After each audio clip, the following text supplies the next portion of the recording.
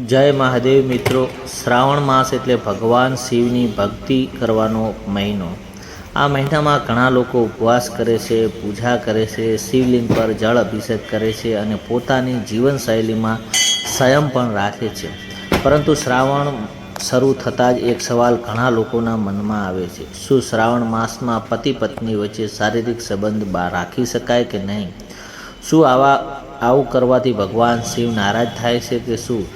ધર્મશાસ્ત્રોમાં તેને કોઈ સ્પષ્ટ નિષેધ અને આ બાબતમાં પરંપરા અને વાસ્તવિકતા વચ્ચેનો તફાવત શું છે?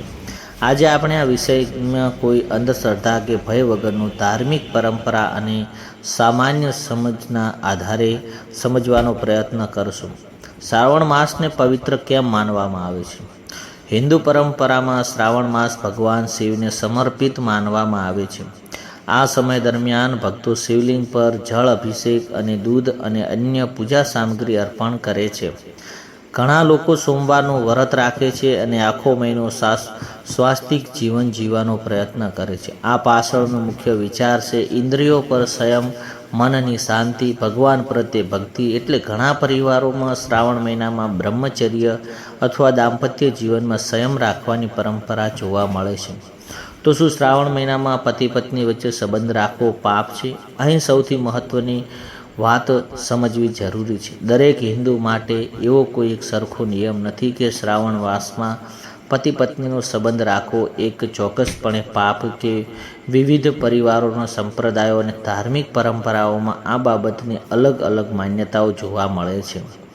કેટલાક લોકો શ્રાવણ મહિના દરમિયાન સંપૂર્ણ સંયમ રાખે છે, કેટલાક લોકો માત્ર વ્રતના દિવસે અથવા સોમવારે સંયમ રાખે છે અને કેટલાક લોકો માટે આ કોઈ ખાસ નિયમ નથી। એટલે કોઈ એક વ્યક્તિની પરંપરાને દરેક વ્યક્તિ માટે ફરજિયાત ધાર્મિક નિયમ તરીકે રજૂ કરવી યોગ્ય નથી। શ્રાવણમાં સંયમ રાખવો વિચાર ક્યાંથી આવે છે? શ્રાવણ ભક્તિ, ધ્યાન, ઉપવાસ અને આત્મસંયમ સાથે જોડાયેલો મહિનો છે।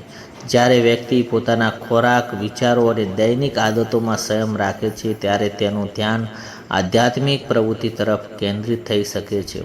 આથી કેટલાક ભક્તો શ્રાવણ મહિનામાં દાંપત્ય જીવનમાં પણ સંયમ રાખવાનું પસંદ કરે છે। પરંતુ અહીં એક મહત્ત્વની વાત છે, સંયમ રાખવો એક ધાર્મિક આચરણ હોઈ શકે છે, પરંતુ બીજા વ્યક્તિ ઉપર એ જ આચરણ ફરજિયાત લાદવું યોગ્ય નથી।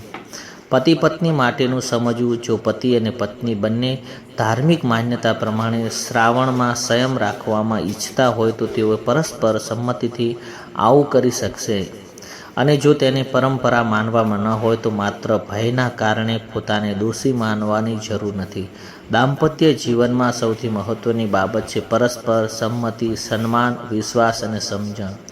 કોઈ ધાર્મિક વ્રત કે નિયમનું પાલન પણ બંનેની સહમતિથી, વ્યક્તિગત આસ્થાથી થવું જોઈએ। શું ભગવાન શિવ નારાજ થાય છે? આ પ્રશ્નનો જવાબ ધાર્મિક શ્રદ્ધા સાથે જોડાયેલો છે। ભગવાન શિવને ભારતીય પરંપરા કરુણા, વૈરાગ્ય, સંયમ અને જીવનના સ્વીકારના પ્રતીક તરીકે જોવામાં આવે છે। તેથી માત્ર એક બાબતને લઈ ભય ઊભો થાય છે કે આ કાર્ય તો ભગવાન શિવની સજા કરશે, એ રીતે વાત કરવી યોગ્ય નથી। શ્રાવણનો મુખ્ય સંદેશ ભક્તિ, સ્વાસ્તિકતા, સંયમતા અને સારા વિચારો તરફ આગળ વધવાનો છે।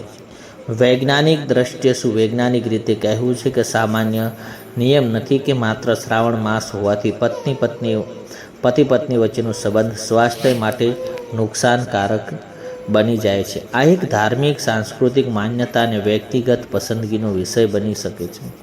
જો કોઈ દંપતી શ્રાવણ દરમિયાન સંયમ રાખવાનું નક્કી કરે છે તો તે તેમની ધાર્મિક આસ્થા હોઈ શકે છે અને જો કોઈ દંપતી આવી પરંપરા ન પાળે તો માત્ર તેના કારણે તેનું ધાર્મિક કે રીતે ખરાબ વ્યક્તિ બની જાય એવું માનવું યોગ્ય નથી। તો શ્રાવણમાં શું કરવું જોઈએ? જો તેને શ્રાવણ માસને ભક્તિપૂર્વક ઉજવવા માંગતા હો તો આ મહિનાને ભગવાન શિવના સ્મરણ અને સારા કાર્ય માટે ઉપયોગી બનાવી શકશો। જો દરરોજ શક્ય હોય તો શિવજીનું સ્મરણ કરો, ઓમ નમઃ શિવાય મંત્રનો જાપ કરો, શક્ય હોય તો સાત્વિક આહાર લો, ગુસ્સો, ખરાબ વાણી અને નકારાત્મક વિચારો ઓછા કરવાનો પ્રયત્ન કરો, ગરીબ અથવા જરૂરિયાતમંદ વ્યક્તિની મદદ કરો અને સૌથી મહત્ત્વનું, મનને ભગવાનને યાદ કરો। શ્રાવણ માસમાં પતિ પત્ની વચ્ચે શારીરિક સંબંધ રાખી શકાય કે નહીં તેનો જવાબ દરેક પરિવારની ધાર્મિક પરંપરા, વ્યક્તિગત આસ્થા અને પરસ્પર સંમતિ પર આધાર રાખે છે. જો તમે શ્રાવણ માસ દરમિયાન બ્રહ્મચર્ય અથવા સંયમનું પાલન કરવા માંગતા હો તો અમારી ભક્તિને એક ભાગ બની શકે છે. પરંતુ જો તમારી પરંપરા આવો નિયમ ન હોય તો માત્ર ભય કે અફવાઓને કારણે પોતાને પાપી માનવાની જરૂર નથી. ધર્મનો હેતુ માત્ર ડર પેદા કરવાનો નથી. ધર્મ આપણને સારા વિચારો, સારા કર્મ, સંયમ, માનવતા તરફ લઈ જાય છે.